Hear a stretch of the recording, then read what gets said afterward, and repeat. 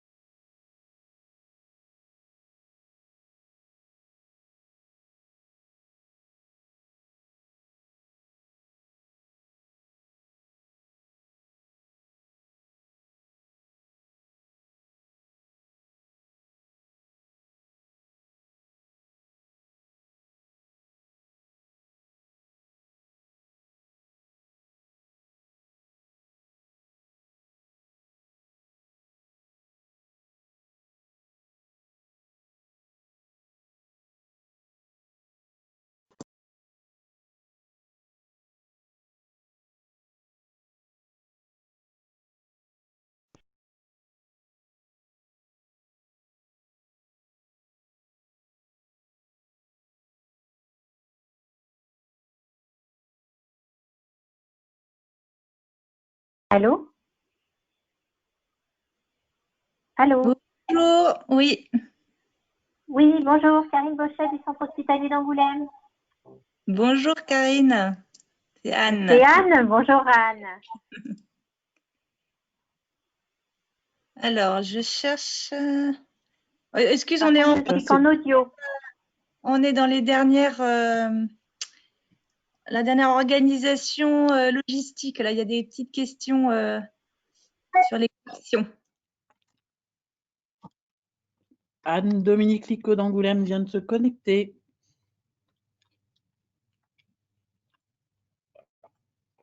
Bonjour Dominique. Bonjour Bruno du Conseil départemental.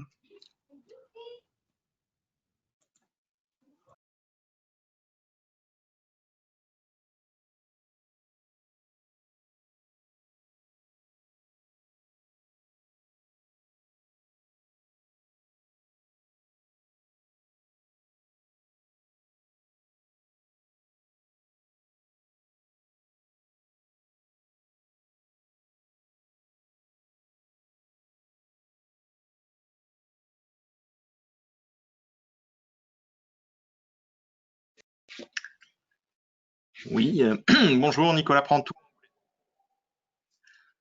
Bonjour Nicolas Prantou, CH Angoulême. Bonjour Monsieur Prantou.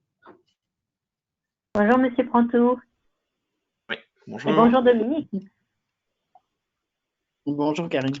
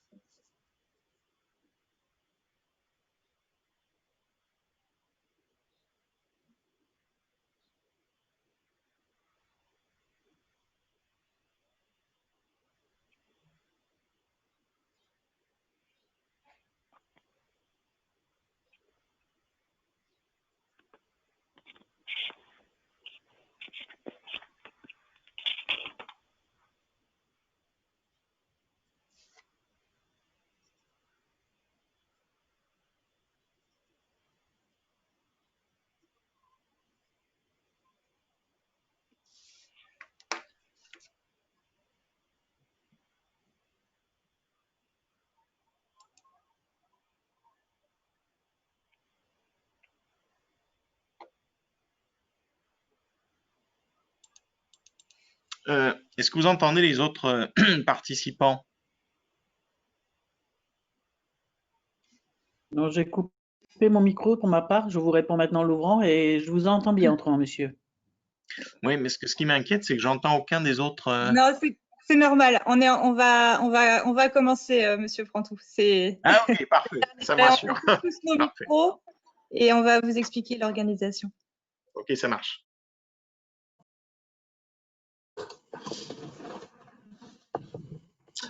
Bonjour à toutes et à tous. Merci à vous de vous être mobilisés en cette semaine particulière de transition, de déconfinement, enfin bon, peu importe sa dénomination. En tout cas, j'imagine que vous avez toutes et tous énormément de choses à relancer, à remettre en place. Donc, merci d'avoir mobilisé ce créneau sur vos agendas. Alors, une fois de plus, on va essayer d'être efficace pour vous permettre de bénéficier de retour d'expérience pendant ce temps de réunion, de vous proposer un certain nombre de documents qui ont été publiés récemment, et puis également, à travers les temps de questions-réponses que nous allons vous proposer également, eh bien, que vous puissiez éventuellement bénéficier aussi des réponses des collègues qui participent à cette réunion. Donc, merci à vous de vous être mobilisés dans ces conditions de visio, d'audio. Donc, voilà, j'imagine, je ne vous vois pas, j'imagine probablement que, par contre, vous me voyez. Voilà, donc ça fait toujours un peu bizarre de ne pas voir les collègues à qui l'on s'adresse, mais bon, on va s'y faire, on s'adapte. Donc, tout d'abord, je voulais alors, petites informations. Ne vous embêtez pas à prendre des notes. Si jamais vous avez des collègues qui souhaitaient participer, qui n'avaient pas pu se rendre disponibles, cette réunion est enregistrée à partir de maintenant, donc vous pourrez la réécouter à la suite ultérieurement. Même si vous ne pouvez pas rester avec nous toute la réunion, vous pourrez consulter les parties durant lesquelles vous avez été absent. Par ailleurs, les documents que nous allons mentionner vous seront proposés en annexe avec un lien téléchargeable. Enfin, ils seront téléchargeables via ce lien. Donc voilà, vous pourrez tout récupérer. Donc au niveau des notes, pas forcément de contraintes de ce côté-là. Alors le sujet du jour, le titre du webinaire, sortie de crise, c'est assez, c'est un peu dans la fanfaronnade, sortie de crise. Voilà, donc on verra plus tard pour le côté sortie de crise. Mais en tout cas, ce qui est sûr, c'est qu'aujourd'hui, énormément de publications et d'enjeux autour de la commande publique nous ont amené à vous proposer ce programme. Dernière publication en date, fin avril, l'Assemblée des communautés de France donc, a publié un recueil pour aborder justement un certain nombre de propositions, allant jusqu'à proposer un Grenelle de la commande publique, donc pour envisager justement la relance de nos territoires, la relance économique et la contribution à de nouveaux modèles économiques. Donc, les régions, de leur côté, ont proposé un New Deal industriel et environnemental. Nous avons la région Grand Est qui propose un pacte de relocalisation. Nous avons aussi, par-ci, par-là, des pactes territoriaux de relance et de croissance. Donc, vous voyez, il y a tout un tas d'initiatives avec pour dénominateur commun la commande publique qui s'attache à vouloir contribuer à amorcer, relancer, encourager un nouveau modèle économique suite à cet épisode historique, donc qui amène évidemment, vous l'avez toutes et tous appris de façon empirique, en tout cas revérifié de façon empirique, que les échanges internationaux avaient leurs limites en cas de soucis et que la sécurisation de nos approvisionnements parfois pouvait être remise en question très rapidement. Et par ailleurs, que nos territoires, eux, étaient en capacité de proposer énormément de choses qui étaient sous-exploitées aujourd'hui. Donc, c'est un petit peu la croisée de ces sujets-là qui nous a amené à aborder, à vous proposer ce webinaire dans cette période où l'on ne peut pas vraiment se rencontrer physiquement. Donc, avant d'aller plus loin, normalement, vous avez le diaporama avec vous. Juste pour rappel, si vous aviez des soucis techniques sur la diapositive numéro 3, vous avez les coordonnées donc, de Anne et de Cathy, de l'équipe d'animation du réseau 3R. Vous avez leur numéro de portable et elles pourront vous aider à vous reconnecter si vous rencontriez un souci. On vous invitait aussi… Oui. Juste un petit point organisation. Frédéric, tu peux peut-être directement lancer le diaporama sur ton ordinateur.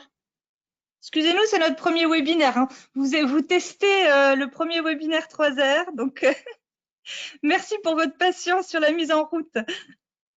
Donc, alors, tu pourras sans doute m'éclairer et vous m'excuser. Je ne sais pas comment faire apparaître le diaporama. Tu appuies sur partager l'écran en bas. Partager l'écran.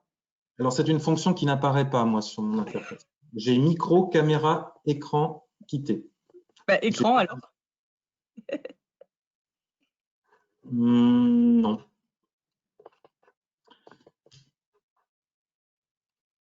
Non, j'ai pas le diaporama. A priori,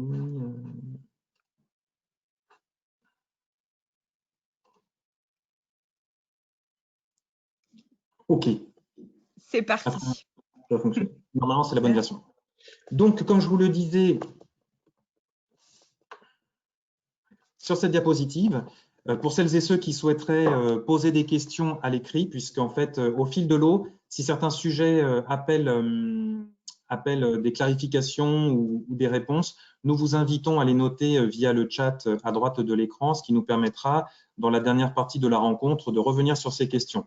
Donc, côté équipe d'animation, voilà, on va compiler vos remarques et vos questions et on essaiera de les traiter pendant ce temps précis. Voilà, vous êtes invité à ne pas forcément activer votre vidéo ni le micro pour pouvoir justement améliorer la qualité de la connexion. Par ailleurs, ce petit point logistique ayant été fait, on voulait juste aussi excuser Sabine Darroze qui comptait parmi nos intervenants de la journée, puisque le département des Landes a été exposé à des inondations dans les jours précédents. Et de ce fait, Sabine a été mobilisée sur le montage de dossiers très urgents dans le cadre d'inondations sur le territoire. Donc, elle ne pourra pas être disponible pour faire le point juridique avec nous tout à l'heure. Cependant, que ce soit côté équipe 3R ou côté participantes et participants, il y a énormément de compétences juridiques qui sont réunies dans cette conférence, donc on pourra trouver les réponses si nécessaire. Par ailleurs, bien sûr, si on n'a pas le temps de répondre à toutes vos questions, comme elles seront enregistrées et que nous les aurons compilées, nous pourrons revenir vers vous avec des questions complémentaires si nécessaire, avec des réponses complémentaires. Donc, ceci étant dit, c'est pour nous donc voilà un premier webinaire. Donc évidemment, quand on parle de sécurisation des approvisionnements et de soutien au territoire, de relocalisation des approvisionnements, on ne peut pas dire que pour le réseau 3R et vous, autour de la table, vous qui êtes les adhérents, les sympathisants, les membres associés, puisque autour de la table, nous avons également Interbio, la CRES, l'ADEME, INAE sur l'insertion par l'activité économique, qui sont des membres associés ou membres d'honneur et fondateurs du réseau 3R. Donc, on ne peut pas dire que dans tous les travaux menés avec ces acteurs depuis des années, on ne s'était pas posé avec vous, adhérents et sympathisants du réseau, acheteurs de Nouvelle-Aquitaine, la question de la relocalisation qui permettait une sécurisation des approvisionnements. Donc, ce n'est pas pour autant qu'on résiste forcément mieux à ce qui se passe aujourd'hui que les autres, mais on peut déjà se dire que tout un tas de réflexes que nous avons essayé de mettre en place en fonction des sujets et des marchés, tout un tas de leviers juridiques que nous avons essayé d'éplucher, eh bien, il va falloir plus que jamais les mettre en application probablement dans les mois à venir et que de ce fait, ça ne va pas être pour nous une découverte totale puisque ce sont quand même des sujets qui ont été abordés dans le réseau. Donc, c'est dans cette idée, dans ce contexte de crise, que les membres du bureau 3AR ont suggéré qu'on puisse commencer à amorcer un travail de sortie de crise, en tout cas de crise sanitaire, puisque maintenant on va s'ouvrir plus le volet crise économique. Donc, c'est cette transition entre deux crises, on va dire, que l'on va essayer de travailler au maximum à vos côtés. Comme je le citais tout à l'heure, il y a tout un panel de productions, de publications qui viennent d'être réalisées, partagées, Grenelle de la commande publique, pacte de relocalisation, New Deal industriel et environnemental au niveau des régions. Bien entendu, tout ça, ça va pour nous se traduire en mise en œuvre concrète d'achats responsables, parfois relocalisés, en tout cas tendant à être relocalisés, et à avoir peut-être des outils juridiques qui évoluent. Première évolution juridique à partager avec vous, en tout cas, nous imaginons que vous avez sans doute déjà cette information, mais on voulait s'assurer que tout le monde l'ait bien. Évidemment, c'est l'ordonnance qui a été publiée à la fin du mois de mars dernier dans le cadre de l'explosion finalement de la crise sanitaire et de la mise en œuvre du confinement. Et donc, c'est cette ordonnance-là du 25 mars 2020 qui propose un certain nombre de dispositions concernant la commande publique, notamment sur l'aménagement de procédures en cours, le prolongement de certains contrats, le recours à un tiers si nécessaire, s'il y avait un défaut du prestataire ou du titulaire, certaines mesures pour protéger les entreprises, certaines mesures qui pourraient être des évolutions des des clauses contractuelles avec des titulaires de marché pour protéger les entreprises de votre territoire. Donc voilà, ça fait partie des exemples des dispositions que l'on retrouve dans cette ordonnance. On retrouve aussi la possibilité de mettre en œuvre des procédures accélérées et l'adaptation de certaines modalités de passation et de suivi de l'exécution de certains contrats. Donc tous ces éléments-là sont précisés dans l'ordonnance de fin mars dernier, mais sont aussi complétés par 2 avis. Le premier que l'on cite dans cette diapositive, le point sur les conséquences de la crise sanitaire sur la commande publique et les modalités de passation et d'exécution des marchés publics en situation de crise sanitaire. Donc, ces 3 éléments-là ont été publiés sur le site du ministère de l'économie. Le petit lien que nous vous avons mis dans cette diapositive vous permettra d'accéder à ces 2 fiches qui vous font la synthèse des éléments à connaître sur l'impact et les dispositions particulières sur les contrats en cours que vous avez sous votre responsabilité. Et par ailleurs, vous permettront d'accéder à cette ordonnance avec son texte détaillé. Voilà. Donc, évidemment, il est fort probable que vous ayez cette information, mais on voulait s'assurer en préambule que tout le monde avait bien connaissance de ces dispositions juridiques particulières. Voilà pour cette introduction sur l'actualité des publications. Donc, que ce soit cet aspect juridique, vous avez le lien sur le site du ministère des Finances pour accéder aux ressources. Par ailleurs, comme je le disais, on vous communique en annexe les publications autres, là, comme par exemple le recueil d'analyses et de propositions fait par l'Assemblée des communautés de France au niveau des collectivités territoriales par rapport à l'évolution potentielle de la commande publique. Sur les thématiques que nous abordons depuis plusieurs années dans le cadre du réseau 3AR, notamment avec les membres associés que j'ai cités juste avant, les enjeux d'économie circulaire, les enjeux d'économie sociale et solidaire, d'insertion du secteur adapté, protégé, les approvisionnements agroalimentaires pour vos restaurations collectives, les enjeux de santé environnementale, tous ces sujets-là, nous les avons travaillés à travers des opérations collectives et à chaque fois, il y a toujours eu en filigrane cette volonté de à la fois acheter mieux d'un point de vue économique, qualitatif, par rapport aux obligations réglementaires aussi sur chacune de ces thématiques, mais bien entendu de faire le lien avec les opérateurs du territoire. Donc voilà, cette philosophie de travail, on a toujours essayé de l'intégrer aux conseils et aux expériences qu'on a voulu valoriser avec vous. Et donc aujourd'hui, voilà, on va avoir cette possibilité de donner la parole à 2 structures engagées dans le réseau 3R. Donc je reviendrai tout à l'heure, mais je remercie nos témoins que je représenterai tout à l'heure. Donc ça va nous permettre d'avoir voilà, 2 retours d'expérience d'entités qui sont engagées en matière de commande publique durable et qui travaillent déjà de longue date sur cette notion de reterritorialisation, recréation de liens avec les opérateurs économiques dans leurs achats. Donc aujourd'hui, voilà, ce n'est pas un sujet qui est complètement découvert et une approche qui est complètement découverte côté réseau 3R.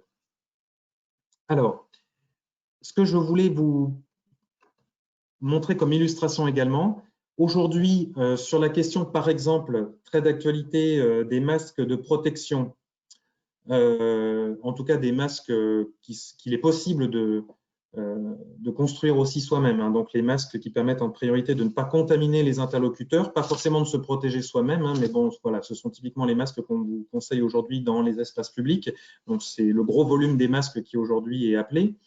Sachez que, par exemple, pour illustrer nos propos du jour, les structures de l'insertion par l'activité économique de la région, que Anne a pu cartographier ici avec Guillaume donc du réseau INAE, je rappelle le réseau de la Nouvelle-Aquitaine qui fédère toutes les structures de l'insertion par l'activité économique, le fait que de nombreuses structures de l'insertion par l'activité économique étaient en capacité et produisaient d'ores et déjà des masques de protection.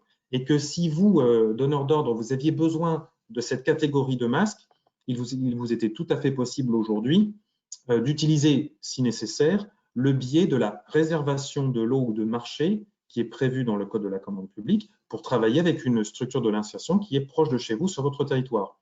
Donc, on aurait typiquement cette illustration d'un besoin émergent dans le cadre de la crise sanitaire, des opérateurs régionaux sur votre territoire, qui plus est des structures de l'insertion, qui sont en capacité de produire une réponse technique à vos besoins. Et pour couronner le tout, vous avez bel et bien l'article juridique dans le Code de la commande publique qui vous invite, qui vous propose le dispositif pour réserver un lot ou un marché, une consultation, à ces structures-là. Donc voilà, c'est typiquement dans cette logique d'achat que l'on aimerait s'inscrire et inscrire cette réunion de cet après-midi, inscrire la réunion de cet après-midi. Alors, pour ne pas monopoliser trop de temps de parole, parce qu'en effet, nous avons prévu 1h30. 1h30, ça va très vite. Même si, donc, comme je le disais, Sabine Darroze, mobilisée par l'urgence des inondations dans les Landes, ne peut pas se rendre présente à nos côtés sur cette réunion. Nous avons donc 2 témoins à qui on aimerait laisser un temps de parole confortable et surtout laisser ensuite un temps de questions-réponses suffisamment confortable pour qu'on puisse justement vous apporter des réponses en direct, en tout cas le maximum de réponses qu'on pourrait vous apporter en direct dans ce laps de temps. Donc je me tourne maintenant virtuellement vers notre premier témoin. Donc Nicolas Prantou, directeur adjoint des affaires logistique, des achats et du développement durable, également directeur des achats pour le groupement hospitalier territorial qui est supporté par le centre hospitalier d'Angoulême. Donc d'abord Nicolas, merci beaucoup d'avoir mobilisé de votre temps pour partager votre expérience du moment.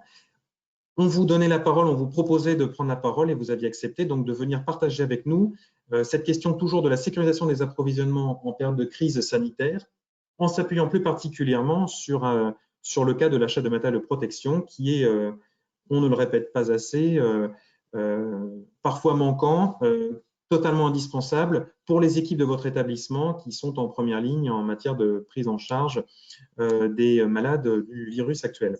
Donc, on avait cité quelques domaines d'achat, les masques, les surblouses, le gel hydroalcoolique, qui sont aussi des fournitures qui vont intéresser toutes les structures qui sont présentes lors de ce webinaire. Mais avoir votre retour d'expérience sur ces questions-là, très enrichissant et très concret pour tous les participants et toutes les participantes. Donc, Nicolas, je vous cède la parole avec l'appui d'Anne pour être sûr de ne pas faire une bêtise avec le passage de parole. Alors, Nicolas, est-ce que du coup, on peut vous entendre? Oui, écoutez, est-ce que vous m'entendez? Moi, je vous entends très bien, donc j'imagine que c'est pareil pour les collègues. Attendez, j'ai activé, voilà. Bon, écoutez, bonjour à tous et puis merci de nous permettre d'échanger sur ce sujet alors qu'on démarre juste le déconfinement. Alors peut-être pour situer le centre hospitalier d'Angoulême en termes d'achat, présenter la structure, le centre hospitalier d'Angoulême, c'est à peu près 1200 lits, dont la moitié à peu près de lits, on va dire, hospitaliers et la moitié de lits d'EHPAD, donc maison de retraite. C'est 2600 agents, un budget annuel de 200 millions d'euros, dont 50 millions d'euros plus spécifiquement pour des achats. Et concernant la fonction achat, notamment la fonction marché public, elle est mutualisée depuis 2018 avec l'ensemble des hôpitaux du département qui forment ce qu'on appelle le GHT, donc le groupement hospitalier de territoire. Ça, c'est pour présenter un peu le cadre global. Alors après, c'est vrai que j'ai proposé de faire un retour d'expérience sur 3 produits qui effectivement illustrent bien les difficultés, mais aussi les opportunités que cette crise nous offre, si je puis dire. Alors le premier produit sur lequel je voudrais donner un petit élément, ça concerne les gels hydroalcooliques. Il faut savoir que c'est un produit qui est couramment utilisé dans les hôpitaux. Et au début de la crise, on va dire début mars, avant même qu'il y ait tout le confinement, il y a eu une ruée en fait sur les gels hydroalcooliques au niveau du grand public. Les pharmacies ont très vite été en rupture de stock. Le gouvernement avait dû faire voter un décret pour encadrer les prix des gels hydroalcooliques. Et nous, au niveau de l'hôpital, il faut savoir qu'en une semaine, on a eu quasiment la consommation de 1 mois et demi qui est partie. Pas forcément parce qu'on avait plus de patients, mais c'est qu'il y a eu un phénomène de panique, c'est-à-dire les visiteurs, en gros, quand ils voyaient des bidons de gel hydroalcoolique en libre service, partaient avec le bidon. Les personnels, sans doute, en ont pris aussi par précaution pour eux, leurs familles et leurs proches. Et en fait, très vite, on s'est retrouvé en rupture de stock. Et donc, on a dû mettre le peu de flacons de solutions hydroalcooliques qui nous restaient, vraiment les réserver aux services qui accueillaient notamment les patients Covid, parce que ça, c'est très utile. Et il faut bien être conscient que les autres services hospitaliers ont dû revenir à l'utilisation de l'eau et du savon pendant un certain temps. Donc, ce qui n'était pas évidemment… Alors, c'était aussi efficace au niveau hygiène que le gel hydroalcoolique, mais c'est beaucoup plus contraignant dans le fonctionnement au quotidien. Et c'est vrai que les équipes n'avaient pas besoin de ça en plus pour travailler. Et ensuite, donc on a passé des commandes bien évidemment à notre fournisseur habituel avec qui on avait le marché, et ce fournisseur nous a dit qu'il était dans l'incapacité d'honorer toutes les commandes puisque le même phénomène s'était reproduit sur l'ensemble des hôpitaux et dans l'ensemble des pharmacies d'officine. Donc face à ça, le gouvernement avait proposé aux pharmacies notamment de produire du gel hydroalcoolique, sauf que il fallait avoir l'équipement pour, il fallait avoir le savoir-faire. Donc c'était très compliqué. Et en fait, on a eu en même temps que le début de la crise, c'était la période du début du confinement, il y a eu un grand élan de solidarité qui s'est manifesté. Et la mairie d'Angoulême nous a contactés pour nous dire qu'il y avait une société qui produit du cirage, donc qui était située à une quinzaine de kilomètres d'Angoulême, qui était à l'arrêt, son activité bien sûr était interrompue, mais ils étaient en mesure de produire du gel hydroalcoolique, enfin de la solution hydroalcoolique. Ils avaient le matériel, ils avaient les compétences et ils avaient les ingrédients, donc la glycérine, l'oxygéné. Il ne leur manquait que l'alcool, parce qu'il faut de l'alcool à 96 degrés pour faire la solution hydroalcoolique. Et en même temps, on avait été sollicité par les industries du cognac, qui effectivement, elles aussi étaient à l'arrêt ou en activité très réduite. Et Angoulême, on est en Charente, donc on n'est pas loin des industries du cognac. Et donc, il y a eu un accord entre une des industries du cognac et cette société pour lui fournir de l'alcool à 96. Et cette société a fourni comme ça, en 10 jours, on va dire, 1000 litres. Donc, il y a eu la moitié qui a été dévolue à la ville d'Angoulême, qui était à l'origine de cette initiative, et l'autre moitié pour le centre hospitalier, ce qui nous a permis de remettre en service en fait de la solution hydroalcoolique, et ça a été un plus très important pour nos équipes. Et ensuite, on a même eu, enfin la société a produit énormément de gel hydroalcoolique, et on a pu en plus étendre cette proposition à l'ensemble des EHPAD de la Charente, qui eux aussi étaient en rupture de gel hydroalcoolique, et on a utilisé un circuit logistique qu'on avait mis en place pour les masques, qui était piloté par l'hôpital d'Angoulême, mais sur lequel je reviendrai, pour distribuer ce gel hydroalcoolique à tous les EHPAD, publics comme privés, de la Charente.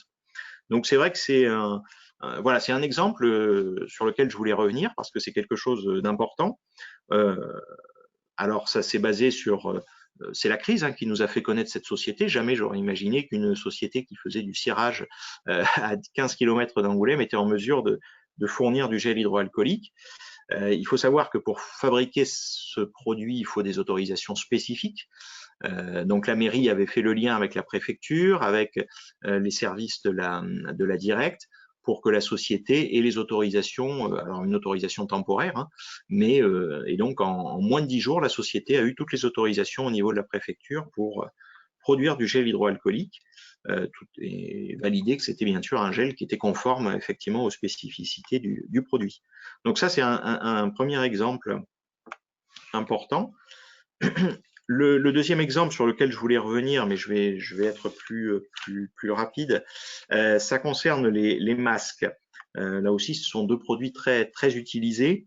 Et nous, Angoulême, on avait la chance d'avoir un stock de masques préexistant qui était assez important. En fait, on avait eu notre livraison semestrielle peu de temps avant le début de la crise. Donc, ça nous a permis de voir venir un peu, notamment sur les masques chirurgicaux. Puisqu'il y a deux types de masques au niveau des hôpitaux, les masques chirurgicaux et les masques FFP2. Et là, par contre, la résolution de cette crise a été une centralisation au niveau national. C'est-à-dire qu'en fait, au bout de 15 jours, l'État, via ce qu'on appelle Santé publique France, qui est un organisme qui dépend du ministère de la Santé, a décidé de prendre en main la livraison des masques chirurgicaux en France. Donc, ces produits ont été réquisitionnés, donc ils sont maintenant encore sous le régime de la réquisition. Il n'y a que l'État donc qui achète à l'étranger les masques, qui les fait venir en France et qui ensuite les attribue alors soit aux hôpitaux, soit aux pharmacies d'officine, selon un contingentement qui est lié aux besoins exprimés par les utilisateurs, les hôpitaux, les pharmacies d'officine, mais qui est aussi lié aux quantités disponibles, puisque l'État, comme ça, a une vision complète des quantités disponibles. C'est vrai qu'au début, il s'agissait surtout de gérer la pénurie. Et donc là, pour le coup, l'hôpital n'avait plus rien à acheter, puisque c'est l'État qui prenait en charge entièrement les achats en Chine et qui assurait la livraison. La seule chose qui a été mise en place, c'est un circuit logistique dans le département, puisque c'est l'hôpital d'Angoulême, en tant qu'hôpital support du groupement hospitalier, qui a reçu en fait l'ensemble des masques. Et ensuite, chaque structure donc bénéficiaire de ces masques, c'est-à-dire les hôpitaux, les EHPAD, mais aussi les structures pour adultes handicapés, les services d'aide à domicile, les sociétés d'ambulance sont venues en fait retirer chaque semaine, et ça continue encore, leur dotation hebdomadaire de masques qui est fixée par l'État. Donc là, c'est un autre exemple, j'ai envie de dire, de résolution de la crise, mais qui s'est faite par une centralisation, par contre, au niveau national de la gestion. Le troisième exemple sur lequel je voulais venir, ça concerne ce qu'on appelle les surblouses. Alors, c'est un produit qui est très important dans les services de soins, puisque en gros ça permet de faire les soins en toute sécurité pour le professionnel de santé. Si jamais il y a des éclaboussures ou des postillons, ça lui évite voilà, que ça soit sur ses habits professionnels. Donc ce sont des surblouses en fait plastifiées et à usage unique qui sont utilisées. Et là par contre la difficulté est venue plus tardivement. Elle est venue à partir de la mi-avril, fin avril. Nos fournisseurs nous ont rapidement dit qu'ils allaient être en rupture de stock sur ce produit. Bon, là aussi, ce sont des produits comme les masques qui viennent de Chine très majoritairement. On a été en difficulté et là, l'État nous a clairement dit que contrairement aux masques, il n'y aurait pas de circuit national qui allait se mettre en place. C'était à chaque structure de se débrouiller. Et là, actuellement, on est en recherche de solutions. Donc, il y a des sociétés qui fabriquaient des poches poubelles en plastique qui se sont proposées de faire des surblouses. Mais on a eu l'idée de chercher en local, un peu comme ce qui s'était passé pour les gels hydroalcooliques. Là, c'était pas nous qui avions cherché, c'était des gens qui s'étaient spontanément proposés. On s'est rapproché notamment des agences d'insertion, enfin des organismes d'insertion, comme vous l'avez évoqué au début de l'intervention. Malheureusement, ces sociétés d'insertion nous ont dit qu'elles étaient toutes prises par la confection des masques tissus. Donc, effectivement, on n'a pas pu faire appel à eux, mais voilà, on avait pris un peu le pli de se tourner vers elles. On a cherché des sociétés susceptibles de faire ce genre de produit. On se rend compte que c'est pas facile. On est en contact avec certaines d'entre elles en local pour arriver à pouvoir se faire fabriquer. Alors, à défaut de surblouses en plastique, ce sont plutôt des surblouses tissus, donc lavables, réutilisables, qu'on envisage de faire. Donc là aussi, il y a un côté à la fois gestion de la pénurie, mais il y a un côté aussi développement durable, puisque effectivement les surblouses lavables peuvent être utilisées entre 50 et 100 fois, là où jusqu'à présent les hôpitaux utilisaient des surblouses à usage unique en plastique, qui étaient détruites en fait après chaque utilisation. Il faut savoir que la plupart des hôpitaux aujourd'hui en France se tournent vers les surblouses en tissu et se tournent vers des producteurs locaux. Parce que c'est aussi une des leçons que je voulais tirer aussi de cette crise, c'est qu'au niveau de la commande publique, très vite au niveau de l'hôpital, ce qu'il a fallu, c'est assurer la continuité des soins, la continuité des approvisionnements, et très vite, on va dire, la notion d'urgence impérieuse a été utilisée.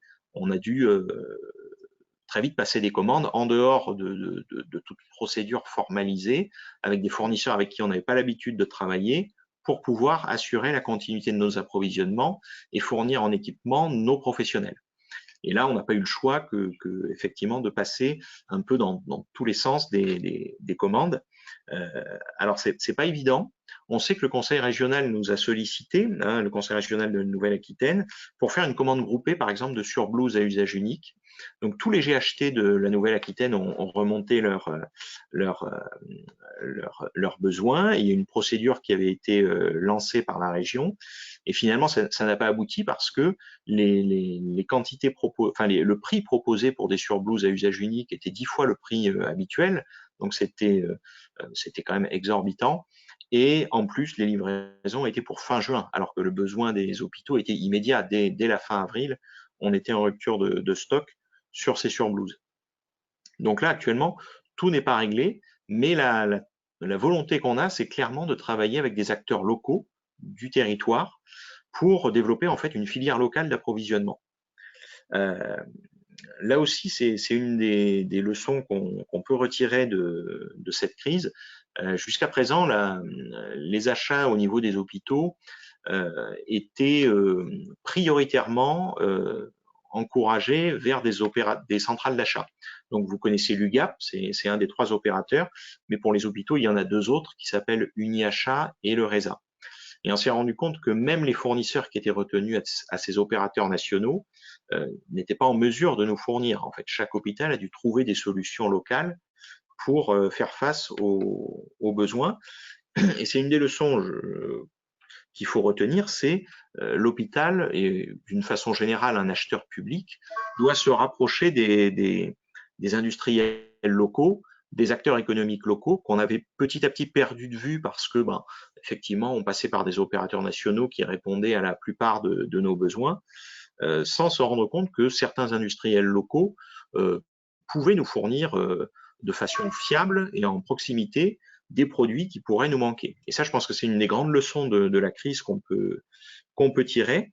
Et je pense que pour l'avenir, après la crise, je pense qu'il faudrait vraiment travailler à adapter le code des marchés publics pour arriver à fiabiliser ces filières locales, parce que effectivement, il va falloir relancer l'économie.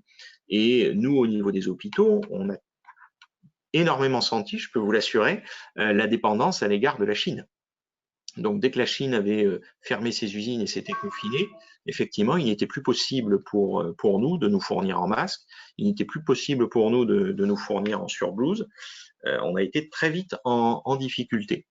Et donc, des filières locales, c'est rassurant. Alors, c'est sans doute plus cher, bien sûr, parce qu'il y a des investissements à faire, il y a de la formation aussi à faire en local. Et donc, je pense qu'il faudra faire évoluer le code des marchés publics en ce sens. Voilà. J'ai un dernier exemple, si j'ai encore 2 minutes pour le présenter. Juste concernant les masques, j'ai découvert, mais tout à fait en lisant la presse locale, hein, que à 3 km de l'hôpital, il y avait une société donc qui en l'occurrence fabrique des barquettes en plastique pour produits surgelés, qui pouvait faire des masques chirurgicaux.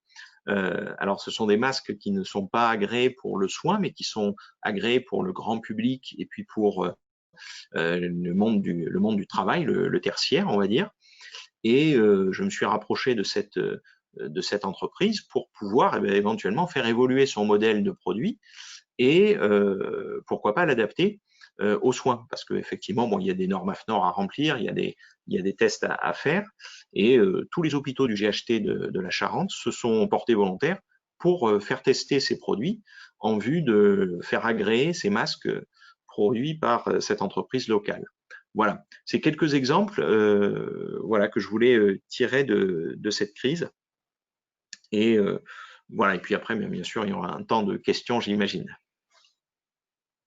Merci beaucoup, Nicolas, parce que c'est vrai ces sujets sont parfois évoqués, mais pas par des professionnels qui sont clairement investis et engagés ou partie prenante de la chaîne d'approvisionnement.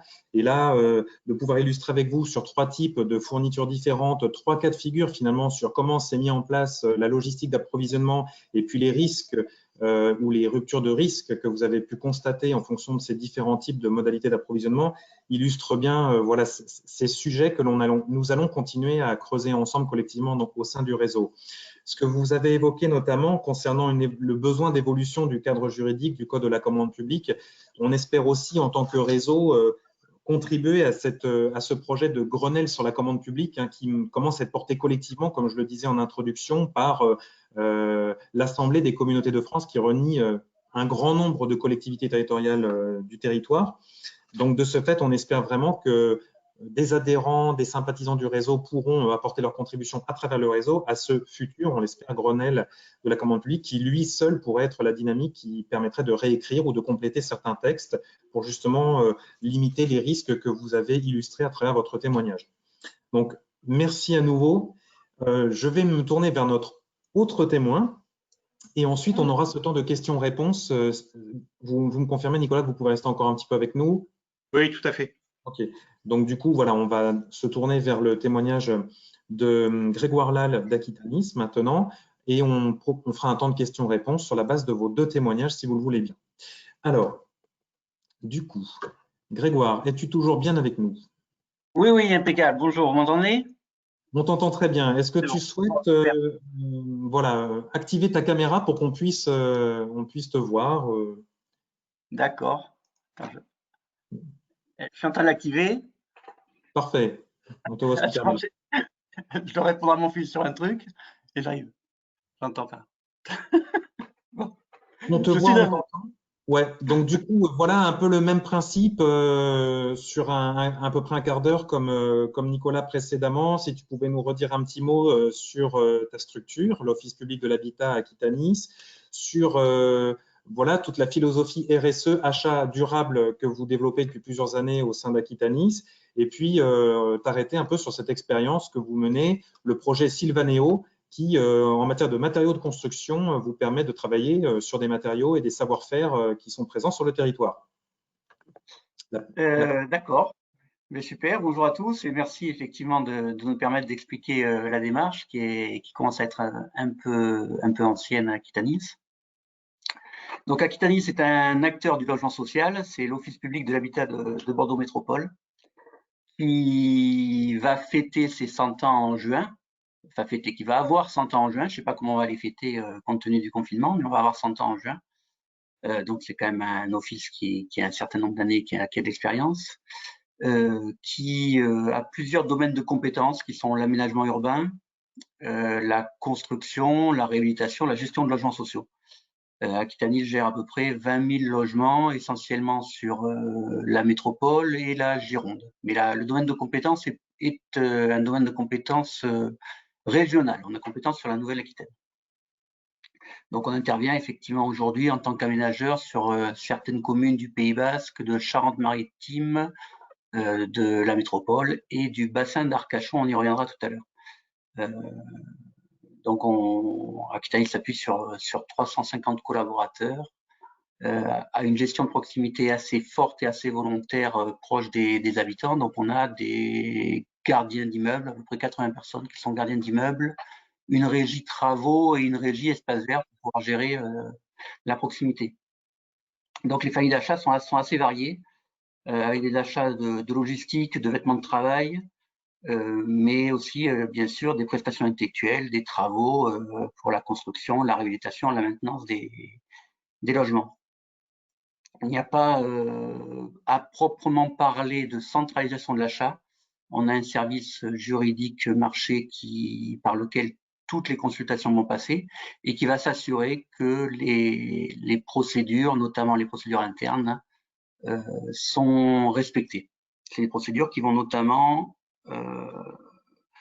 avoir un enjeu RSE assez fort et respecter certaines conditions comme la clause d'insertion, par exemple, qu'on essaie de mettre dans pratiquement tous les marchés lorsque c'est possible.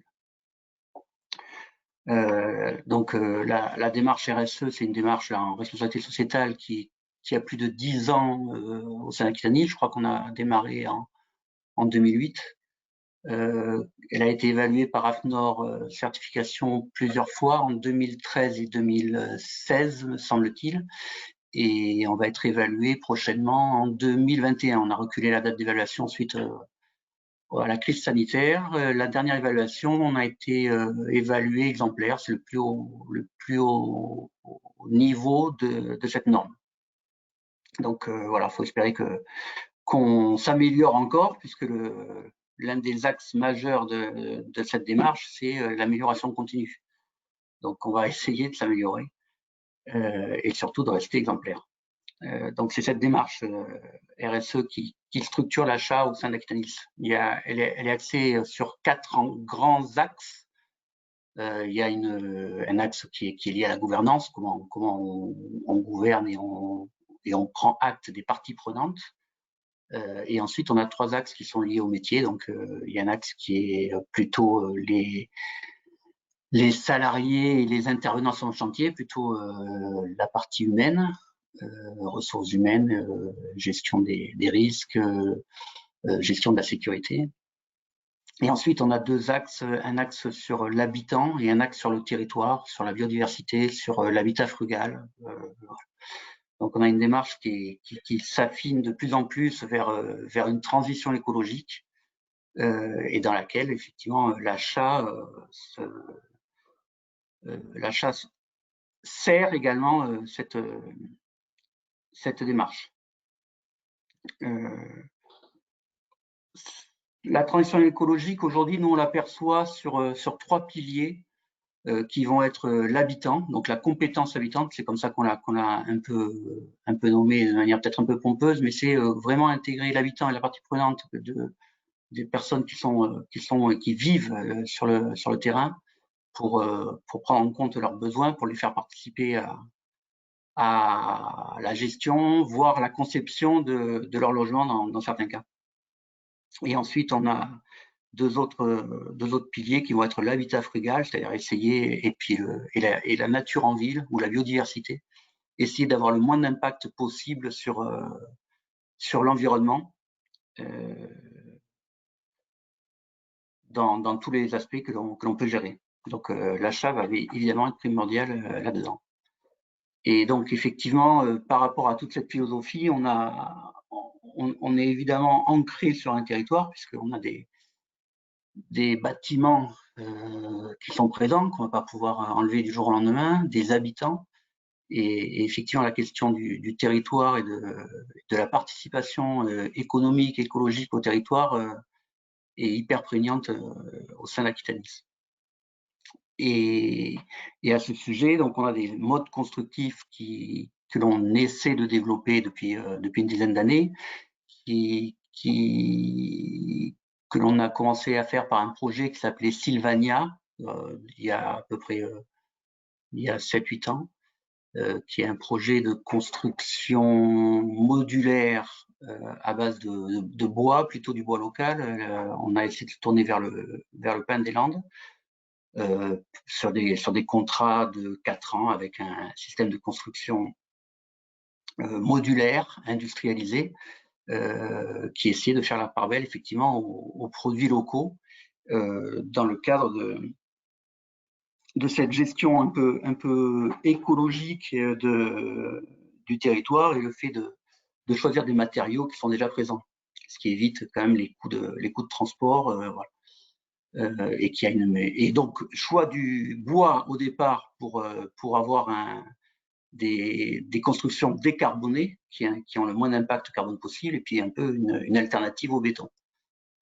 Donc on a fait ces projets c'était des accords cadres sur 4 ans, me semble-t-il, donc entre 2012 et 2015-2016. Et pareil, dans une démarche d'amélioration continue, on a procédé à un nouveau marché maintenant qui s'appelle Sylvaneo, qui est toujours à base de construction modulaire, et sur lequel on a eu un peu plus d'ambition écologique sur le confort d'usage, sur l'amélioration thermique. Et donc on est parti là sur des choix de matériaux qui ont été faits en faisant une analyse en cycle de vie, donc en intégrant l'extraction, le coût de transport, la recyclabilité. On est parti sur des constructions qui sont... Alors, il y a un peu de béton parce qu'il y avait des contraintes techniques et d'inertie du bâtiment, et on part sur des constructions qui sont à base de bois. C'est du bois qui vient de Corrèze. Il y a une certaine l'épicéa de Corrèze, me semble-t-il, et des parties qui sont faites en peuplier qui, lui, vient de la Sarthe.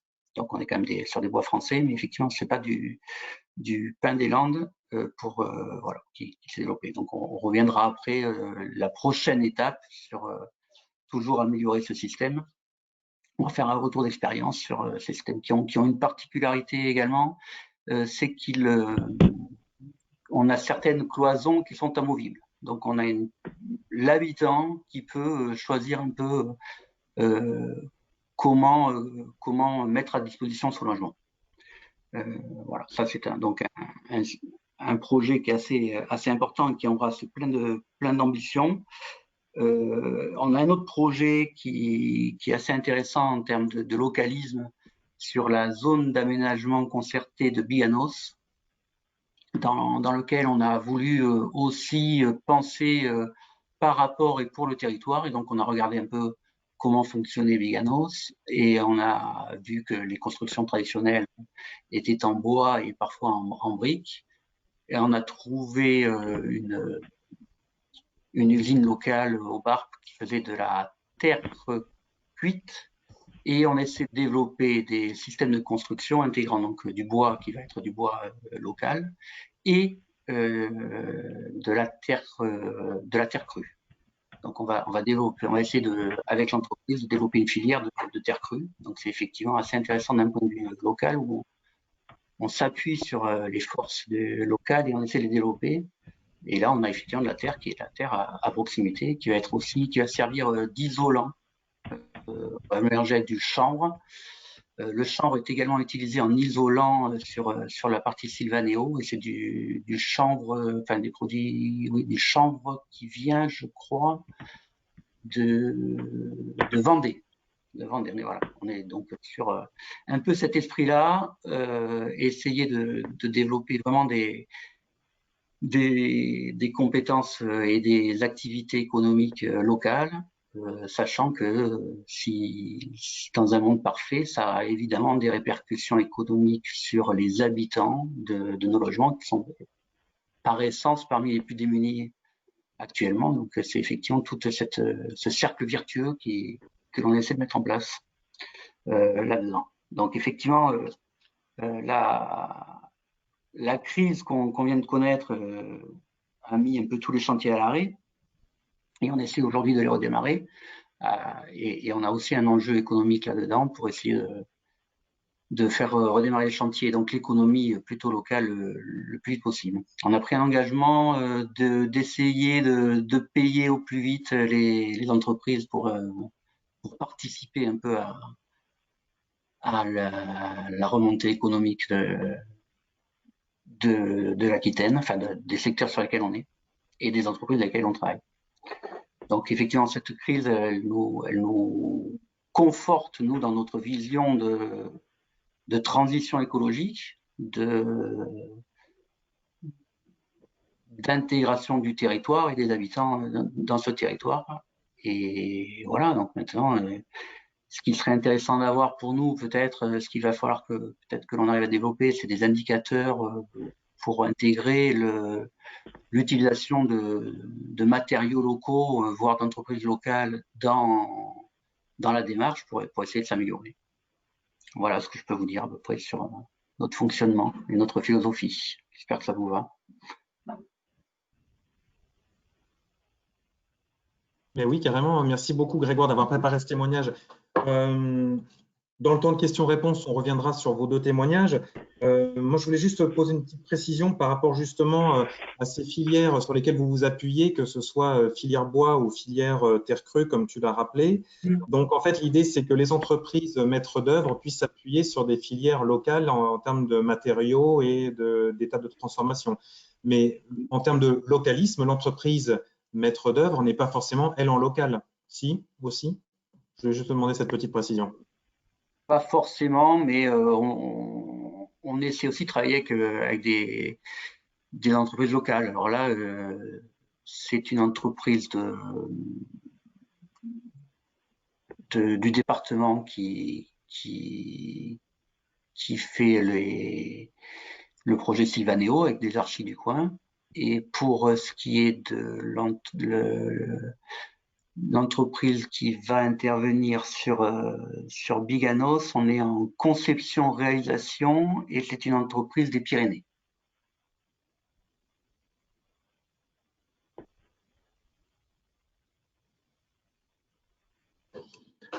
Ok, parfait. C'est pareil, Grégoire, tu peux rester un petit peu avec nous encore Oui. quelques, voilà, le temps qu'on puisse laisser aux collègues le temps de réagir à travers le chat. Si du coup vous avez des questions, on a commencé à en compiler. Donc, moi je vais apporter. Oui, Anne. Oh, mais je partage une question. Voilà, très bien. Je te laisse la parole. Eh ben, en fait, je suis en train de compiler, mais pour l'instant, je n'ai qu'une question d'Antoine pour Monsieur Prantou. Avez-vous en tête des exemples d'adaptation du Code des marchés qui constitueraient réellement un frein à de telles démarches? Alors, effectivement, j'ai pas en tête, mais effectivement, l'idée, ce serait que pour certains produits, on puisse, comment dire, certains produits un peu stratégiques, parce que il faut qu'on puisse tirer les leçons de cette crise. Pour certains produits stratégiques, il faudrait qu'on puisse avoir une sécurité d'approvisionnement. Alors, je ne sais pas comment ça peut se traduire dans le code des marchés publics, mais on voit bien qu'avoir un fournisseur en proximité, c'est effectivement très rassurant et beaucoup plus voilà, et même beaucoup plus confortable pour travailler, surtout en situation de crise. Voilà. Donc après avoir, je pense qu'il y aura des modifications à venir dans le code des marchés publics. Il y en a aussi qui existent. Il y a des dispositions actuelles aussi, je pense, du code des marchés publics qu'on n'avait pas forcément ou peu l'habitude de mettre en œuvre, qu'on va être amené à utiliser. Voilà. Mais là, concrètement, j'ai pas tout de suite d'article précis à modifier.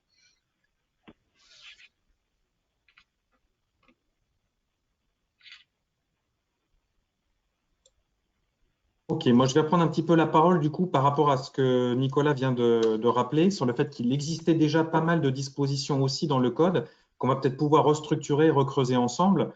Je pense par exemple au sourçage, puisque Nicolas, vous évoquiez dans votre témoignage la découverte d'une entreprise assez proche géographiquement sur votre territoire qui était en capacité voilà, de vous proposer une partie des solutions parallèlement à son cœur de métier, qui n'était pas forcément exactement celui-ci, mais en tout cas qui disposait d'ateliers, de machines et de savoir-faire et de réactivité potentielle pour s'adapter. De ce fait, est-ce que ce soit pour Nicolas ou pour Grégoire, la question du sourçage, cette identification vraiment, puisqu'on a évoqué les centrales d'achat nationales pour le cas des établissements hospitaliers, l'Office public de l'habitat Aquitanis, un grand rayonnement d'approvisionnement aussi. Est-ce que la systématisation d'une cartographie des fournisseurs en local, c'est quelque chose que vous avez eu l'occasion de pouvoir mener? Est-ce que c'est quelque chose que vous avez le temps de mener? Est-ce que c'est aujourd'hui quelque chose à consolider pour justement avoir cette vision de qui fait quoi sur mon territoire pour potentiellement m'appuyer sur ce savoir-faire?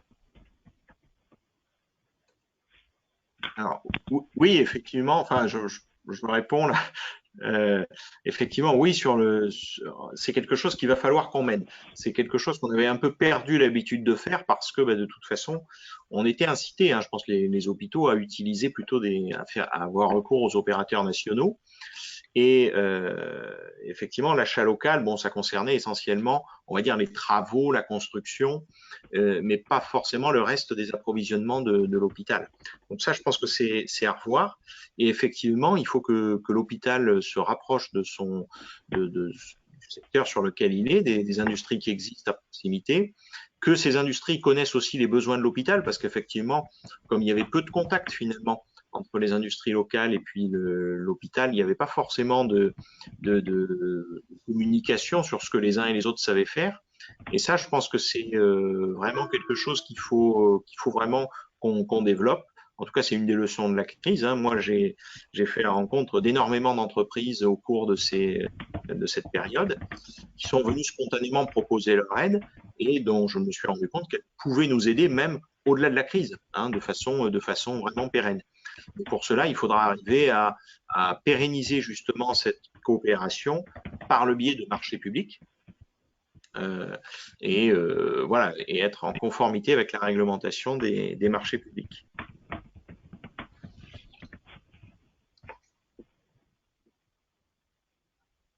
Si je peux rajouter un petit mot.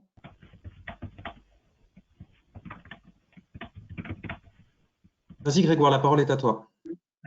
En termes de sourçage, donc nous, effectivement, c'est chaque acheteur qui va faire sa propre démarche de sourçage, et puis après, effectivement, on peut avoir une compilation. Mais il est assez intéressant par rapport à l'insertion et aux entreprises adaptées qu'on ait un sourçage effectivement de ce que les entreprises adaptées sont capables de fournir sur un territoire. Ça c'est quelque chose qu'on peut développer et mettre en œuvre et qui serait super intéressant pour développer ce type d'intervention. Puis justement, quand on a la possibilité après d'allotir, enfin, ou de réserver des lots à ce type d'entreprise, ça peut être assez intéressant de les connaître et de savoir ce qu'elles sont capables de faire et de comment on peut les faire travailler au mieux. Ouais. Parmi les questions qui nous sont posées via le chat, on a une question justement, Grégoire, sur quels ont été les leviers techniques que tu as utilisés, que tes collègues et toi avez utilisés dans la rédaction de vos marchés pour favoriser justement ces approvisionnements locaux en matière de matériaux, bois et éventuellement briques, enfin terre crue. Est-ce que juridiquement, là, vous avez utilisé voilà, des allotissements précis, des spécifications techniques qui orientaient vers tel type de bois? Est-ce que tu peux nous en dire un petit mot? Je suis pas sûr d'être au fait de tout là-dessus. Je crois qu'on a fait un dialogue compétitif pour ce qui est de Sylvaneo et on fait un choix de matériaux qui se fait avec une analyse en cycle de vie qui intègre effectivement aussi le transport, le bilan carbone du transport. Donc là, ça aide à prendre à pouvoir choisir des matériaux locaux. On a quand même des contraintes de comportement, notamment pour le bois. Toutes les essences de bois ne peuvent pas se comporter de la même façon dans la construction. Et je crois que et je sais pas trop quand ça s'est passé pour la terre crue du Barp. Je crois je sais pas du tout. Je sais pas du tout. J'ai peur de dire des bêtises sur la façon dont ça a été fait. On est sur de la conception-réalisation et on a travaillé avec, je sais pas, je voudrais pas dire de bêtises là-dessus. Alors, pour compléter ta réponse, Grégoire, par rapport à la question de Lucille, il faut savoir qu'il y a plusieurs guides intéressants qui ont été notamment rédigés avec l'appui de juristes de la commande publique qui ont été rédigés par l'Association des communes forestières de France. Ça, ce sont des ressources que nous avons, nous, dans la caisse à outils du réseau 3AR. Et en fait, on accompagne aujourd'hui notamment une collectivité en Occitanie qui essaie d'intégrer justement du bois local dans la rénovation d'un bâtiment et dans la construction d'un autre bâtiment. C'est une agglomération, donc c'est un bâtiment collectivité, à la fois avec de l'administratif et du technique. Et de ce fait, on a trouvé pas mal de choses intéressantes dans ces guides, sans pour autant flécher sur une essence purement locale ou faire du localisme, mais en travaillant sur à la fois le sourçage, pour déjà s'assurer qu'il y ait des gens qui sont en capacité de répondre avec des bois qui répondent aux besoins de la collectivité et de son chantier. Donc, à travers un sourçage consolidé pour s'assurer que ces entreprises puissent répondre, dans quelle quantité, quel volume, avec quel type de produit, est-ce qu'elles vont pouvoir faire de la charpente ou est-ce qu'elles vont plutôt faire du bardage extérieur en fonction des essences de bois et de sa qualité technique. Et ensuite, donc, un certain nombre d'exemples de spécifications techniques qui sont adaptées aux différents types d'essences de bois. Et on avait eu aussi un chantier avec le GIP du littoral sur la construction notamment de postes de secours sur la côte, qui avait cette volonté, il y avait une volonté forte des élus de travailler avec du pain local, pour reprendre leur expression, mais que l'on avait pu satisfaire sans écrire pain local dans les consultations, mais en s'appuyant bien sur les spécificités techniques des bois des pins maritimes, ce qu'ils étaient capables de proposer comme produit fini pour différentes applications, et donc de les intégrer dans la solution de construction dès le départ. Voilà. Donc ça, sur cette question-là, on pourra vous fournir les guides qui vont bien sur le bois. Alors, je vois une question aussi de Virginie de Domo France sur les opportunités, les limites juridiques que l'on peut retrouver dans le Code de la commande publique. je peux vous en faire un petit mot, je peux vous proposer un petit tour d'horizon sans tarder autour de ces questions-là. Alors, je repartage mon écran. Non, je ne suis pas au bon endroit pour repartager mon écran. Alors, non, je me fais réapparaître et ce n'est pas vraiment ce que je voulais faire. Je ne sais pas comment repartager mon écran. Si c'est bon, ça y est, trop bien. Voilà. Et si je pouvais le mettre en plein écran, ce serait encore mieux.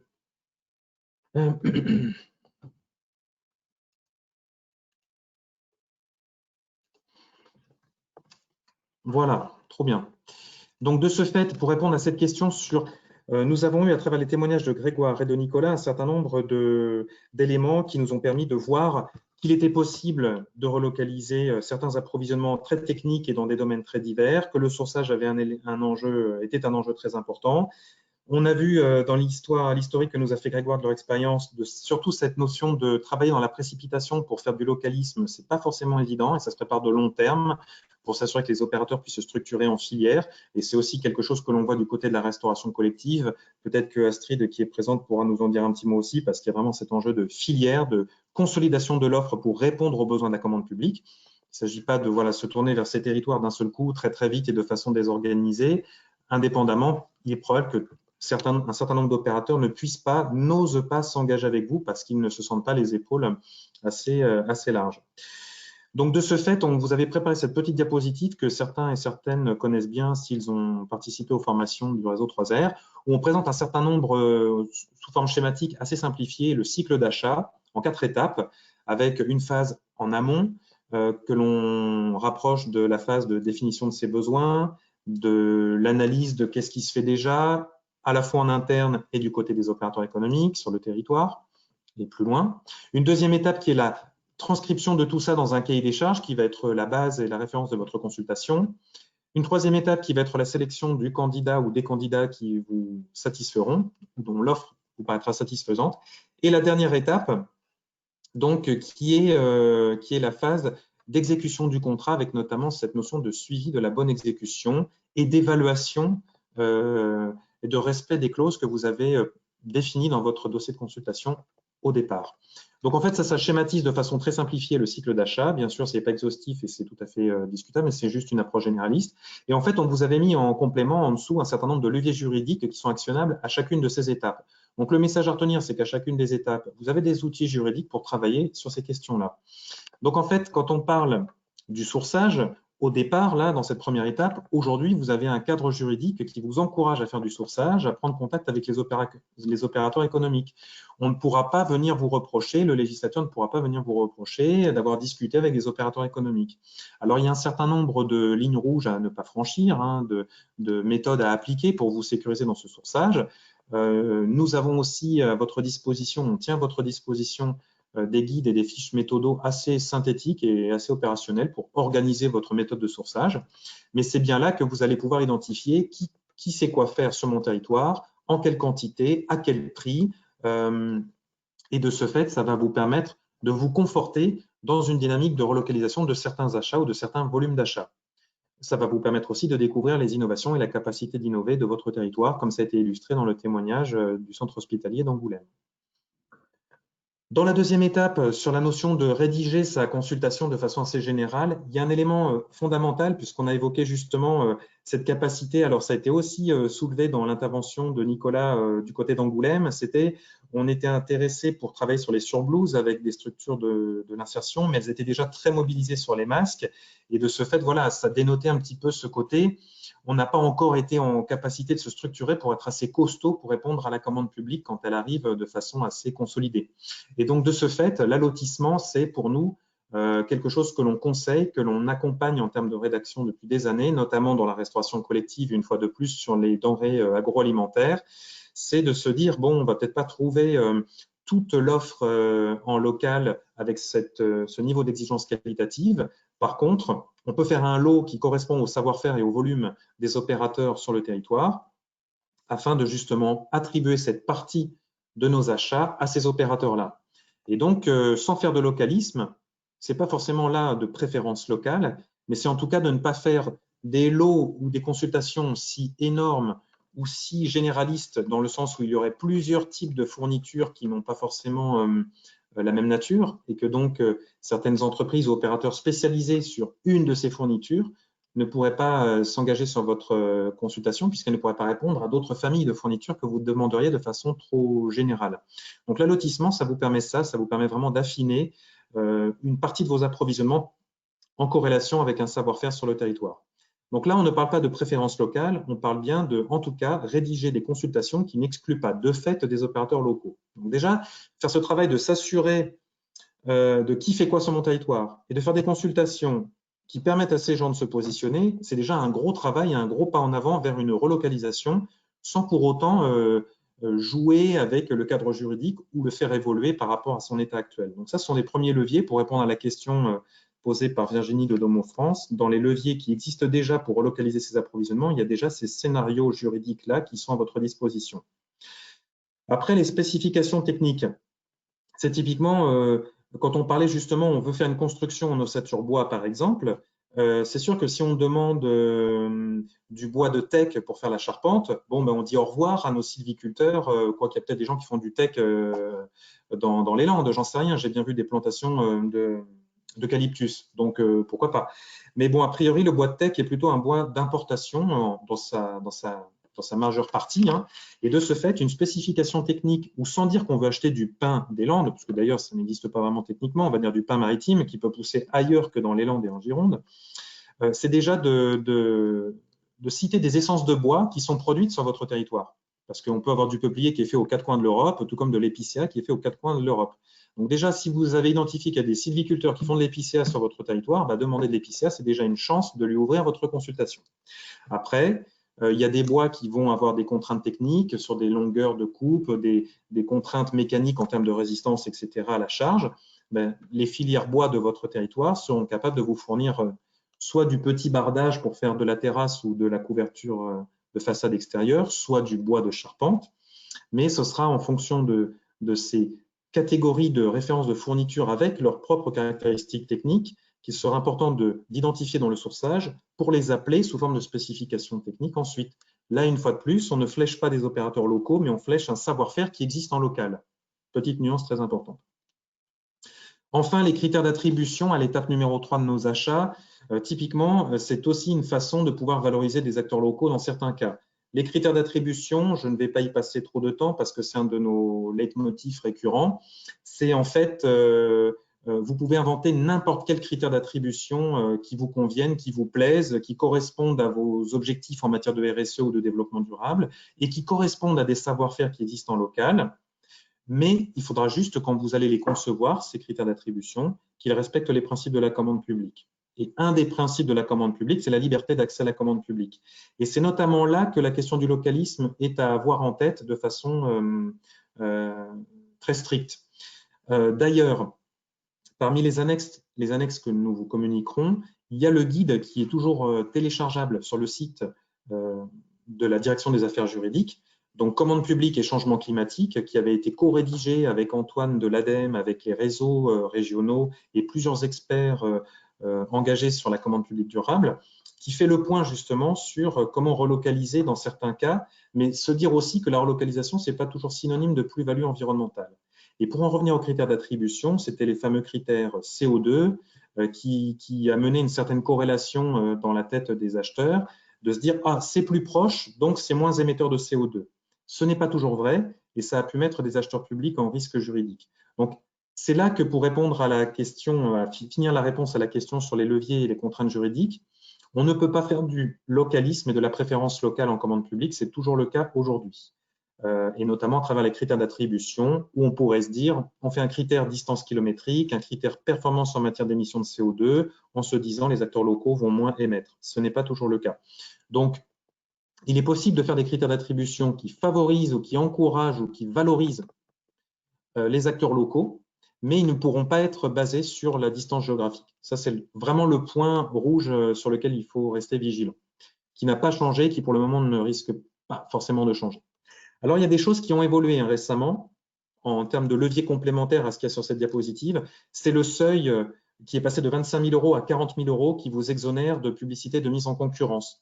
Alors avec 40 000 € pour vos collectivités, on ne va peut-être pas toujours pouvoir faire énormément de choses, mais dans certains cas, dans certains contextes, pour un achat très précis, 40 000 €, ça peut déjà être pas mal de choses. Je ne sais pas ce que ça représente 40 000 € de gel hydroalcoolique, mais ça doit commencer à faire quelques volumes, à mon avis, peut-être suffisant pour une collectivité pour passer les mois prochains, en tout cas en termes de mise à disposition dans ces locaux. Donc, de ce fait, 40 000 €, c'est déjà une somme intéressante qui peut nous permettre de rapidement, facilement flécher des opérateurs de notre territoire. Bon, ça fait partie de ces compléments en matière de levier favorables aux acteurs locaux.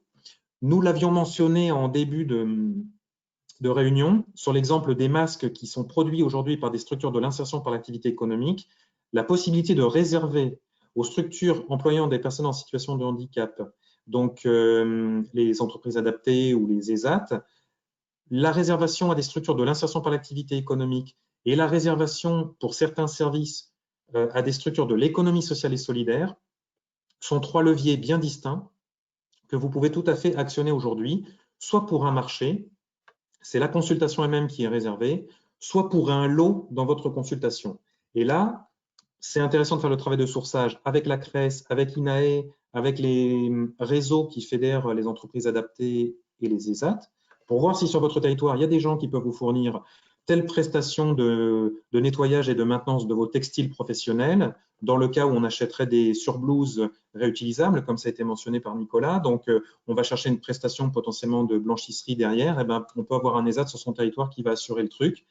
Voilà, et on aura une double utilisation de son argent public, puisqu'on aura une prestation de nettoyage de ces surblouses textiles et en plus, on aura une contribution au fonctionnement d'une structure employant des personnes en situation de handicap. Tout ça en local.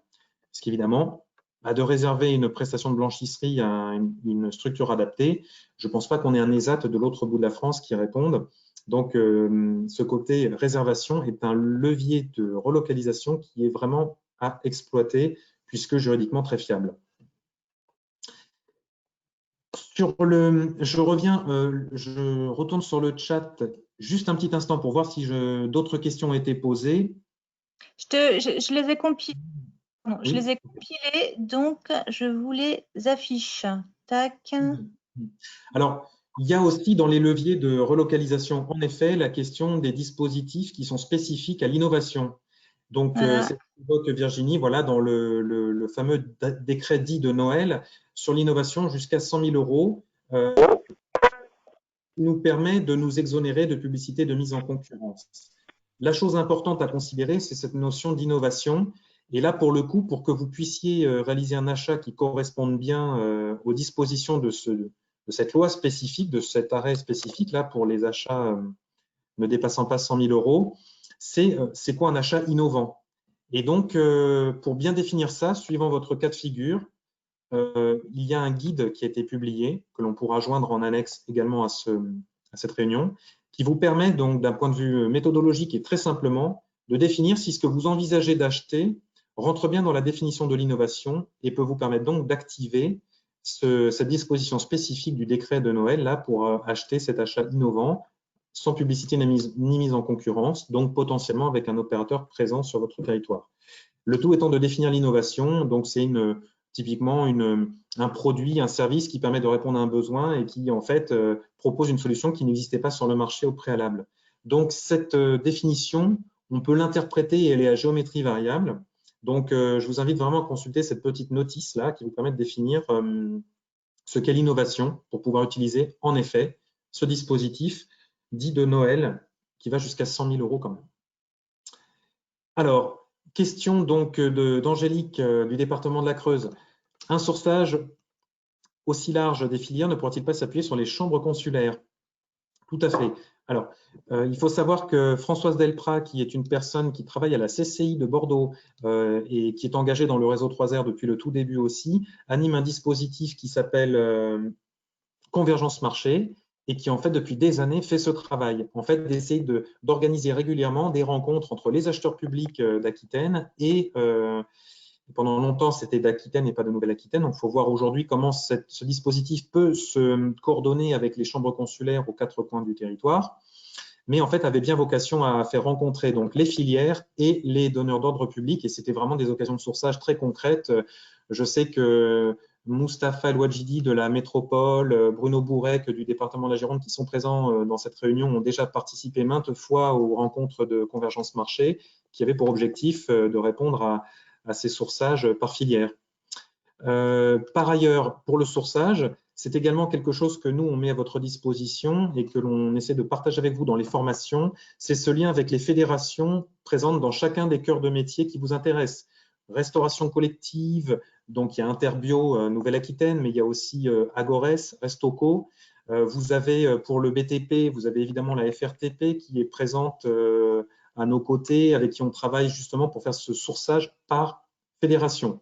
C'est une façon vraiment de pouvoir, vous, faire un sourçage efficace sans être forcément directement en relation avec un seul opérateur économique. Donc, c'est vrai que de passer par les fédérations ou les syndicats professionnels, c'est une façon de rapidement avoir le tour d'horizon de qui fait quoi sur votre département, sur votre région, avec votre objectif développement durable, santé, sécurité, en matière de sourçage élargi.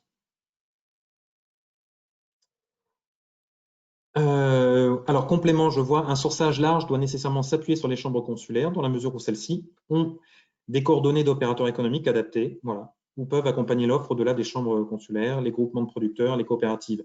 En effet, voilà, Astrid d'Interbio complète en rappelant bien que les chambres, là pour le coup, les chambres d'agriculture tiennent des registres avec, qui peuvent vous être une ressource très précieuse pour réaliser votre sourçage, en effet.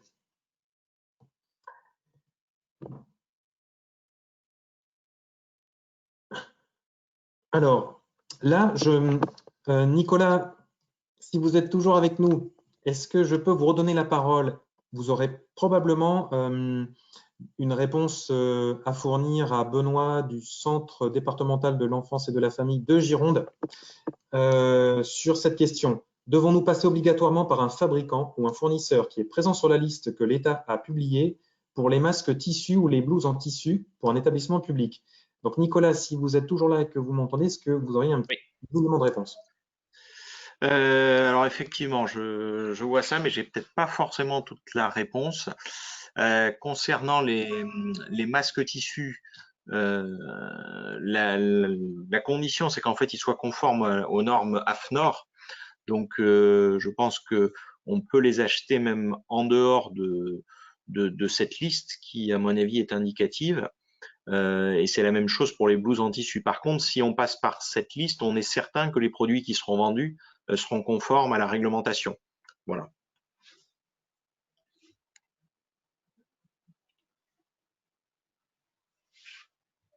Très bien. Et je vois, voilà, je vois que Bruno Bourrec du département nous rappelle aussi que pour celles et ceux qui le souhaitent, on peut aussi s'appuyer sur des compétences et un travail qui a déjà été mené de façon externalisée à sa collectivité, puisqu'il y a des outils de sourçage comme Séléné ou Silex, qui apparemment sur abonnement sont aussi des outils que probablement certains et certaines parmi vous utilisent déjà, qui sont voilà, des outils de sourçage.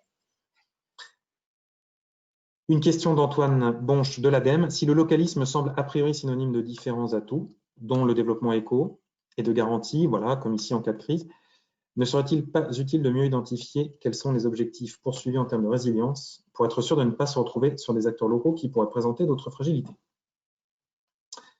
Alors, ouais.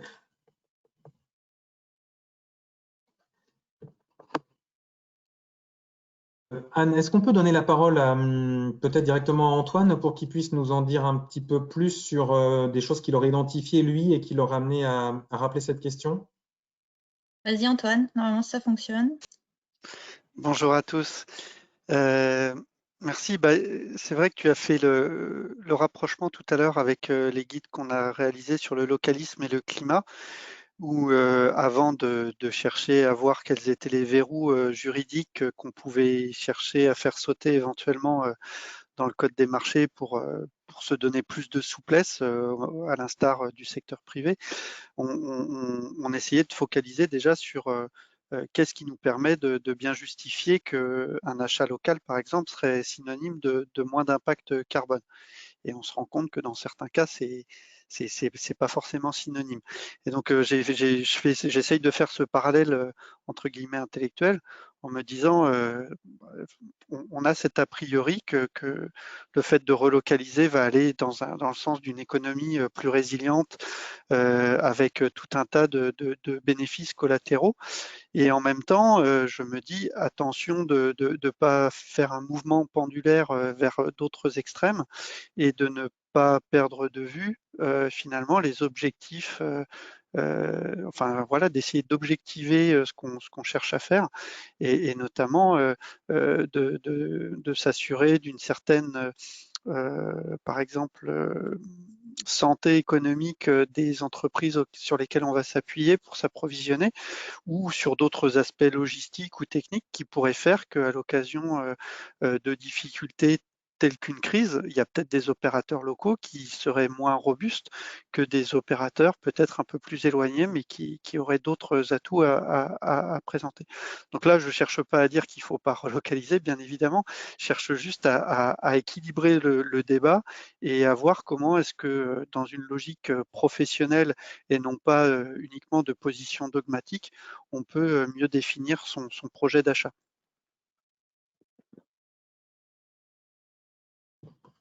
Oui, tout à fait. Et c'est alors en fait, pour rebondir là-dessus et sur la question aussi, je vois Françoise Lelouan qui nous pose une question sur les critères d'attribution et justement qu'est-ce qu'on entend en termes de sous-critères, quelle est grosso modo la pondération ou en fait ce que l'on met derrière.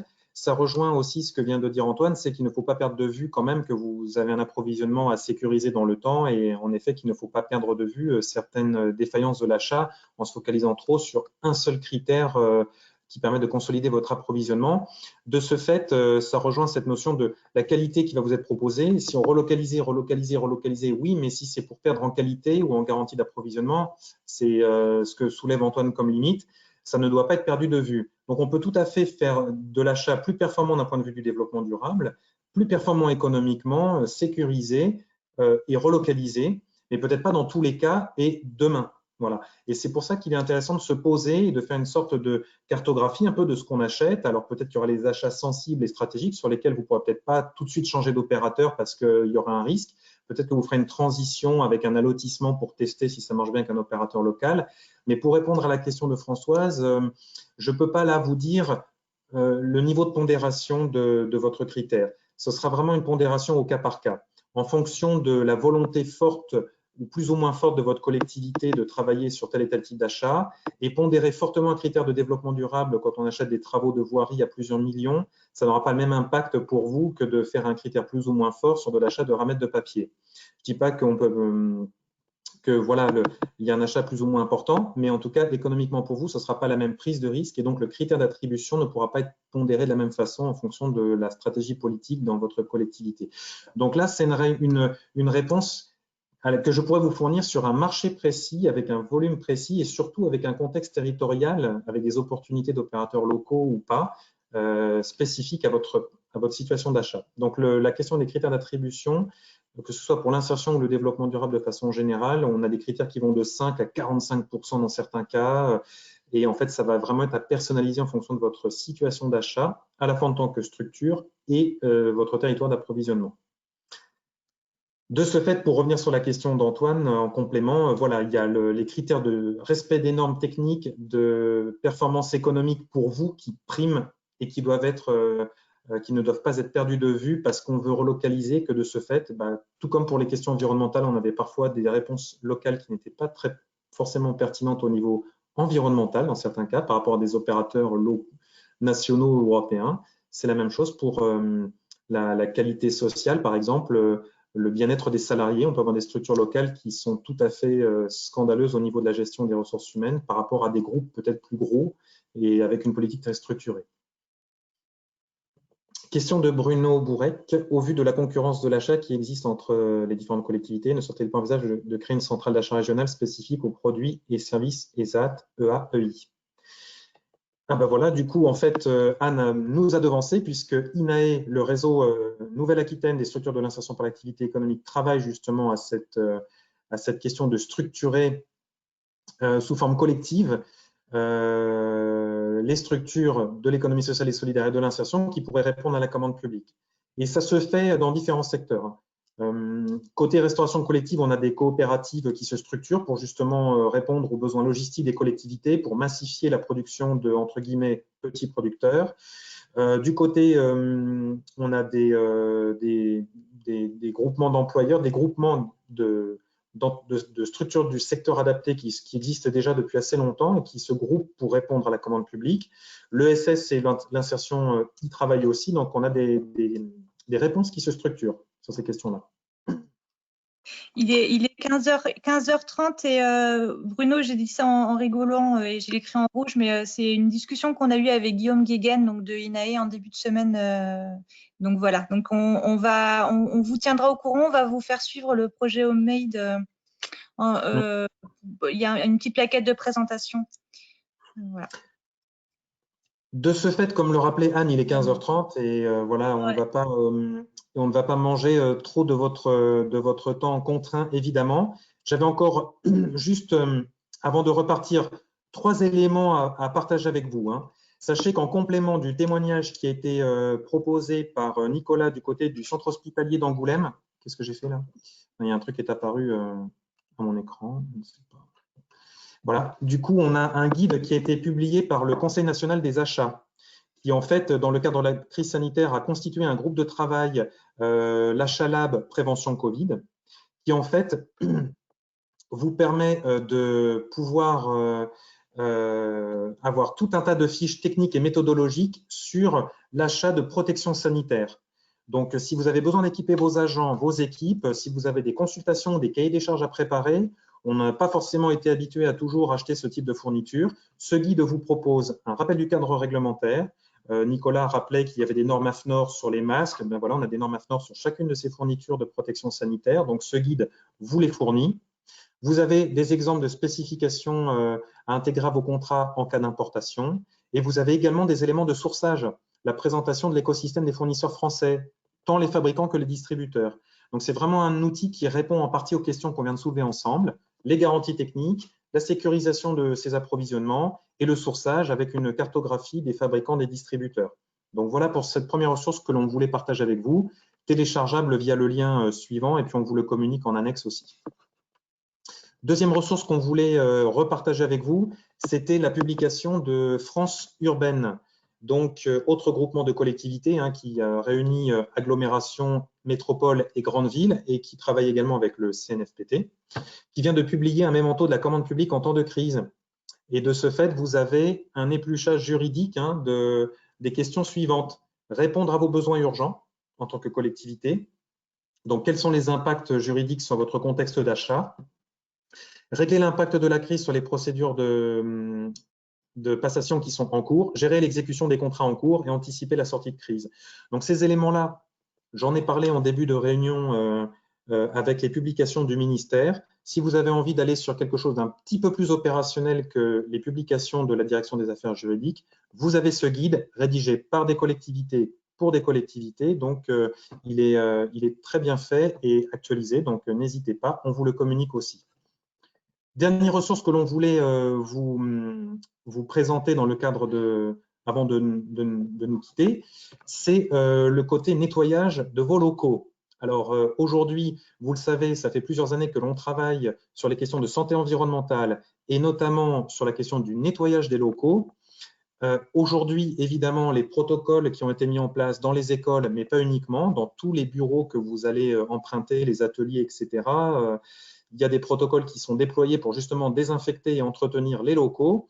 On constate, alors quand je dis on, ce sont nos collègues experts en santé environnementale avec qui on travaille pour le compte de l'Agence régionale de santé, qui constatent qu'on commence à sulfater des produits dans tous les sens pour être sûr qu'il ne reste plus rien au niveau du virus, sauf qu'il ne faudrait pas non plus sulfater les locaux et l'outillage au point de refaire rentrer des molécules que depuis des années nous travaillons à vos côtés à écarter pour éviter de justement ingérer des molécules qui sont dangereuses pour votre santé.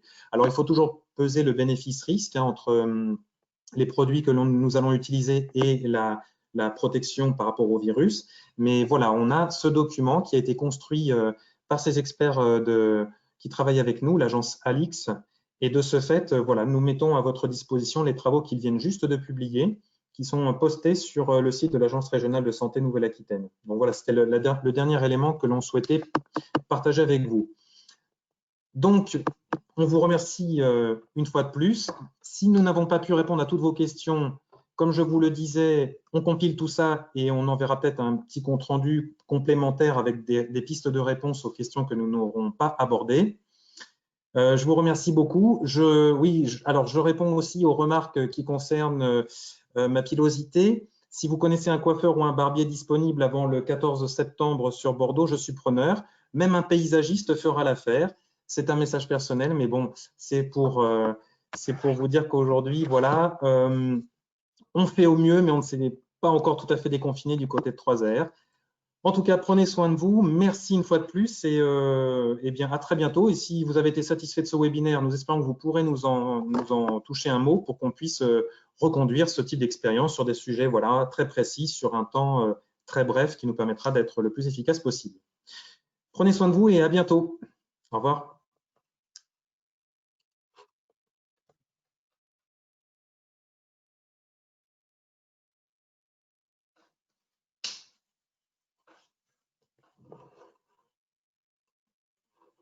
Au revoir tout le monde, je raccroche.